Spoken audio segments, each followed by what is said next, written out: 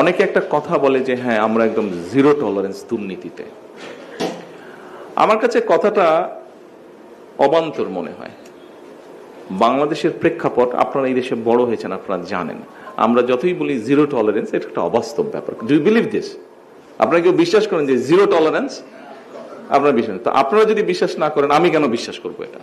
But আমরা যেটা চেষ্টা করছি এই বিষয়টাকে যতটুকু লাগাম টেনে ধরা যায়। এত বছরের বিষয়টা আমরা 2 মাস 6 মাসে, 1 বছর 2 বছরে পাবো না। এটা একটা হ্যাবিটের ব্যাপার।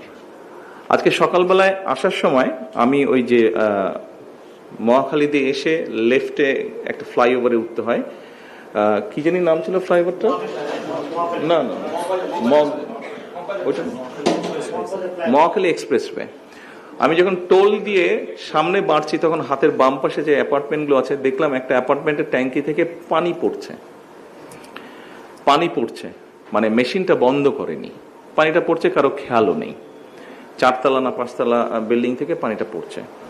অ্যাকচুয়ালি আমার দৃষ্টিতে আমি যেটা মনে করি, এটাও এক ধরনের ইগনোরেন্স বলেন, এক ধরনের দুর্নীতি বলেন।